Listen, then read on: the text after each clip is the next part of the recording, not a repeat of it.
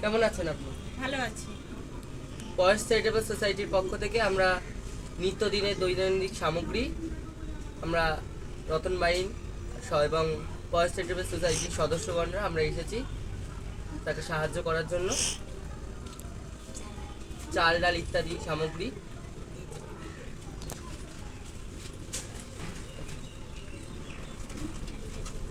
সাইডে দে দে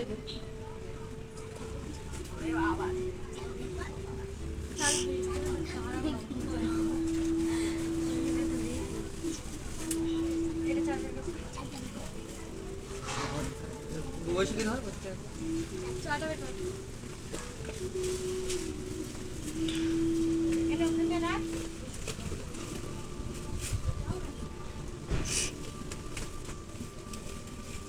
দে তুই দে চাল আছে, এটা বের করে দে। দে দে